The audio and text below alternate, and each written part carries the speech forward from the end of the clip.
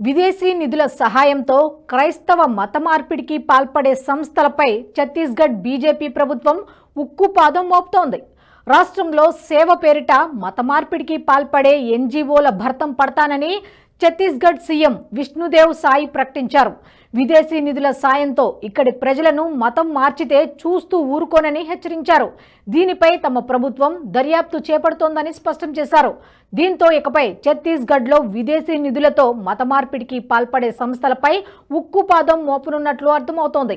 ఆయా సంస్థలకు విదేశీ నిధులు ఎక్కడి నుంచి వస్తున్నాయి, ఈ నిధులు ఎక్కడెక్కడ ఉపయోగించబడుతున్నాయన్న దానిపై ఈ దర్యాప్తు జరగనుంది. ఎక్కడైనా మత మార్పిడికి పాల్పడినట్లు రుజువైతే ఇక ఆ సంస్థలపై నిషేధం విధించే అవకాశం ఎంతైనా ఉంది. ప్రస్తుతం దేశంలో 153 ఎన్జీఓలు విదేశీ విరాళాల నిబంధనల చట్టం FCRA కింద నమోదు చేయబడ్డాయి. వీటిలో 52 సంస్థలు తాము క్రైస్తవ సమాజంతో సంబంధం కలిగి ఉన్నట్లు ప్రకటించుకున్నట్లు తెలుస్తోంది. అధికారికంగానే కాకుండా అనధికారికంగా మరిన్ని సంస్థలు ఉండొచ్చని అంచనా. చాలా వరకు ఈ సంస్థలు సేవ పేరిట విదేశీ నిధులను పొంది స్థానికంగా మత మార్పిడులకు పాల్పడుతున్నాయి. ఛత్తీస్గఢ్లోని గిరిజన ప్రాంతాల్లో మత మార్పిడులు భారీ ఎత్తున జరుగుతున్నాయి. FCRA కింద నమోదైన సంస్థల్లో బస్తర్ కేంద్రంగా 9 సంస్థలు పనిచేస్తుంటే జాష్పూర్ కేంద్రంగా 15 సంస్థలు పనిచేస్తున్నాయి.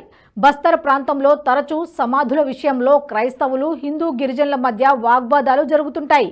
ఇటీవల జాష్పూర్ ప్రాంతంలో క్రైస్తవ మత మార్పిడులు ఎక్కువగా జరుగుతున్నాయని తెలుస్తోంది. రాష్ట్రంలో క్రైస్తవ మిషనరీలు నిర్వహిస్తున్న సంస్థల సంఖ్య ఈ ప్రాంతంలోనే ఎక్కువగా ఉంది. అంతేకాకుండా అత్యధిక సంఖ్యలో క్రైస్తవ మత మార్పిడులు జష్పూర్ జిల్లాలో దాదాపు 35% జనాభా మతం మారినట్లు అంచనా.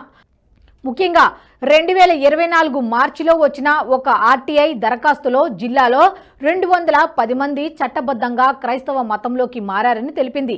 ఇక మరోవైపు 2011 జనాభా లెక్కల ప్రకారం జాష్పూర్ జిల్లాలో 22.5% అంటే 1.89 లక్షల మంది అధికారికంగా తమను తాము క్రైస్తవులమని ప్రకటించుకున్నారు. ఇప్పుడు ఈ సంఖ్య 3 లక్షలకు చేరుకున్నట్లు అంచనా.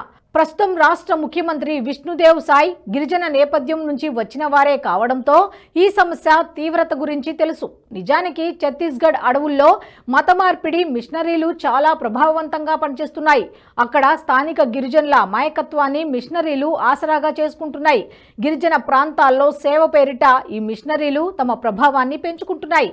స్థానికంగా మౌలిక సదుపాయాల లేమిని తమ మత మార్పిడులకు ఉపయోగించుకుంటున్నాయి.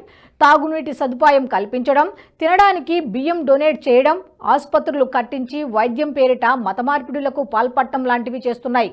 ఛత్తీస్గఢ్లో ప్రభుత్వం మౌలిక సదుపాయాలు కల్పించడానికి కొన్ని అడ్డంకులు ఉన్నాయి. ముఖ్యంగా బస్తర్, నారాయణపూర్ జిల్లాలో మావోయిస్టుల ప్రభావం ఎక్కువ. అక్కడ మౌలిక వస్తువుల కల్పనను మావోయిస్టులు అడ్డుకుంటున్నారు. తద్వారా ఇప్పటికీ కొన్ని ప్రాంతాల్లో ప్రభుత్వం ఈ వస్తువులు కల్పించలేకపోతోంది. ఇప్పటికే మావోయిస్టులపై కేంద్రం ఉక్కుపాదం మోపింది. 2026 మార్చి కల్లా వామపక్ష తీవ్రవాదాన్ని అంతం చేస్తామని ప్రకటించింది. ఆ దిశగా కేంద్రం ప్రయత్నాలు చేస్తోంది. అయితే ఈ మౌలిక సదుపాయాల లేమిని ఆసరాగా చేసుకుని క్రైస్తవ సంస్థలు మత మార్పిడికి పాల్పడుతున్నాయి. ముఖ్యంగా ప్రభుత్వం అందించే రేషన్ బియ్యాన్నే పక్కదారి పట్టించి వాటిని ఉపయోగించి మత మార్పిడికి పాల్పడుతున్నాయనే ఆరోపణలు కూడా ఉన్నాయి. ఈ అంశంపై వార్తా పత్రికల్లో అనేక కథనాలు వెలువడ్డాయి. విదేశీ నిధులను పొంది మత మార్పిడికి పాల్పడే సంస్థలపై కేంద్ర ప్రభుత్వం గతంలో అనేక చర్యలు తీసుకుంది. ముఖ్యంగా 2020లో విదేశీ నిధులు పొందే FCRA నిబంధనలను కఠినతరం చేసింది. దీంతో 2020 సెప్టెంబర్ 30 నుంచి 2021 డిసెంబర్ 31 లోపు వాటిని రెన్యువల్ చేసుకోవాల్సిన అవసరం ఏర్పడింది.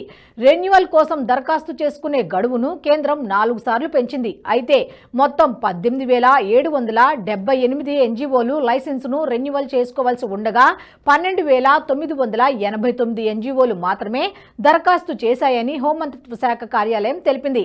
ఇలా రెన్యువల్ చేసుకోలేని సంస్థల్లో Oxfam India trust, Jamia Millia Islamia, Hamdard education society, Delhi school of social work society, India Islamic cultural centre, India habitat centre, lady Shriram college, medical council of India, tuberculosis association of India సహా అనేక సంస్థలు ఉన్నాయి. అంతేకాదు వీటిలో ప్రత్యక్షంగా క్రైస్తవుల కోసమే పనిచేస్తామని చెప్పుకునే సంస్థలు కూడా ఉన్నాయి.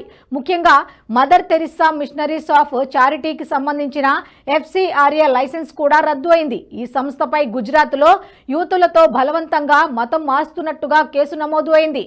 మిషనరీస్ ఆఫ్ చారిటీ ప్రధాన కార్యాలయం కోల్కతాకు చెందిన బ్యాంక్ అకౌంట్లను అధికారులు ఫ్రీజ్ చేశారు. దీంతో పాటు గత ఏడాది ఏప్రిల్లో క్రైస్తవ మిషనరీలైన 5 స్వచ్ఛంద సంస్థలపై కేంద్ర హోం మంత్రిత్వ శాఖ కన్నెర్ర చేసింది. విదేశీ విరాళాల నియంత్రణ చట్టం కింద వాటి లైసెన్సులను రద్దు చేసింది. వీటిలో church of North India, voluntary health association of India, Indo global social service society, church auxiliary for social action, evangelical fellowship of India ఉన్నాయి. ఇవన్నీ భారతదేశంలో దశాబ్దాలుగా మత మార్పిడికి పాల్పడుతున్నాయనే ఆరోపణలు కూడా ఉన్నాయి. బలవంతపు మత మార్పిడుల వల్ల దేశ భద్రతకు పెను ప్రమాదం ఏర్పడుతోంది. ఈ విషయాన్ని సుప్రీంకోర్టు సైతం గుర్తించింది. 2022లో ఓ ప్రజా ప్రయోజన వ్యాజ్యాన్ని విచారిస్తూ ధర్మాసనం కీలక వ్యాఖ్యలు చేసింది. బలవంతపు మత మార్పిడి చాలా తీవ్రమైన సమస్య అని పేర్కొంది. ఇది అంతిమంగా దేశ భద్రతతో పాటు పౌరుల మనస్సాక్షి, మత స్వేచ్ఛను ప్రభావితం చేస్తుందని అభిప్రాయపడింది. బలవంతపు మత మార్పిడులను అడ్డుకోవడానికి కేంద్రం ప్రయత్నాలు చేయాలని తెలిపింది. ఇప్పటికైనా మేల్కోకపోతే క్లిష్ట పరిస్థితులు తప్పవని చెప్పింది. ఛత్తీస్గఢ్లో మత మార్పిడులను వ్యతిరేకిస్తూనే గత అసెంబ్లీ ఎన్నికల్లో బీజేపీ విస్తృత ప్రచారం చేసింది. ఏకంగా కేంద్ర హోంమంత్రి అమిత్ షా ఈ మత మార్పిడులపై తీవ్ర స్థాయిలో విరుచుకుపడ్డారు. రాష్ట్రంలో కాంగ్రెస్ పార్టీ అధికారంలో ఉన్నప్పుడు మత మార్పిడులు యథేచ్ఛగా జరిగాయని విమర్శించారు. కాంగ్రెస్ ప్రభుత్వ అండతో మిషనరీలు రెచ్చిపోయాయని దుయ్యబట్టారు. గిరిజన ప్రాంతాల్లో మిషనరీలు యథేచ్ఛగా మత మార్పిడులకు పాల్పడుతున్నాయని అధికార యంత్రాంగం చూసి చూడనట్లు వ్యవహరిస్తోందని చెప్పారు. తాము అధికారంలోకి వస్తే వీటిపై ఖచ్చితంగా చర్యలు ఉంటాయని స్పష్టం చేశారు. ఛత్తీస్గఢ్లో బీజేపీకి ప్రజలు పట్టం కట్టారు. రాష్ట్రంలో అధికారంలో ఉన్న కాంగ్రెస్ ను ఓడించారు. దీంతో బీజేపీ ప్రభుత్వం మత మార్పిడులపై కఠిన చర్యలకు పూనుకుంటోంది. ప్రస్తుతం సీఎం విష్ణుదేవ్ సాయ్ ఎన్జీఓలపై దర్యాప్తు చేయిస్తున్నారు. ఈ దర్యాప్తు పూర్తయ్యాక అవసరమైతే కొత్త చట్టాలను తీసుకువచ్చే అవకాశము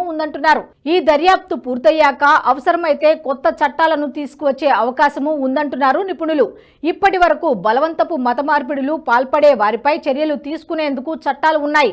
కానీ ఇటువంటి ఎన్జీఓలపై చర్యలు తీసుకునేందుకు కఠినమైన చట్టాలు లేవు. దీన్ని ఆసరాగా చేసుకుని విదేశీ నిధులతో ఇప్పటికీ మత మార్పిడులకు పాల్పడుతున్నాయి. అందుకే దర్యాప్తు అంతా పూర్తయ్యాక కొత్త చట్టాన్ని తీసుకువచ్చే అవకాశం ఉందని తెలుస్తోంది. దీనికి తోడు ఇప్పటికే రాష్ట్ర అసెంబ్లీలో మత మార్పిడి బిల్లు పెండింగ్ లో ఉంది. దీన్ని సైతం బడ్జెట్ సమావేశాల్లో ఆమోదించే అవకాశం ఉందని హిందీ పత్రిక దైనిక్ భాస్కర్ తెలిపింది. ఈ బిల్లులు ఎంతో కాలంగా పెండింగ్ లో ఉన్నాయని, తాజా ప్రకటన తర్వాత వీటిని ఆమోదించే అవకాశం ఉందని తెలిపింది. ఈ బిల్లుల ప్రకారం ఎవరైనా మత మార్పిడి చేయాలంటే నెల ముందే సంబంధిత అధికారులకు సమాచారం ఇవ్వాల్సి ఉంటుంది. అలా చేయని పక్షంలో మత మార్పిడి చేసిన వ్యక్తికి కనీసం 2 ఏళ్ల నుంచి 10 ఏళ్ల వరకు జైలు శిక్ష విధించే అవకాశం ఉంది. వీటన్నిటినీ చూస్తూ ఉంటే బీజేపీ ఎన్నికల ప్రచారంలో చేసిన హామీలన్నిటినీ నెరవేర్చే ప్రయత్నంలో ఉన్నట్లు అర్థమవుతోంది. దీంతో ఇకపై ఛత్తీస్గఢ్లో మత మార్పిడికి పాల్పడాలనుకునే సంస్థలకు చుక్కలు కనిపించనున్నాయని అర్థమవుతోంది. ఈ వీడియో మీకు నచ్చినట్టయితే లైక్ చేయండి, 10 మందికి షేర్ చేయండి. అలాగే కామెంట్ల రూపంలో మీ అభిప్రాయాలను మాతో పంచుకోండి. Nationalist hub group of channels ను సబ్స్క్రైబ్ చేసుకుని తెలుగునాట జాతీయవాద జర్నలిజాన్ని ప్రోత్సహించండి. ఈ వీడియో కింద ఉన్న బెల్ ఐకాన్ పై క్లిక్ చేయడం మర్చిపోవద్దు.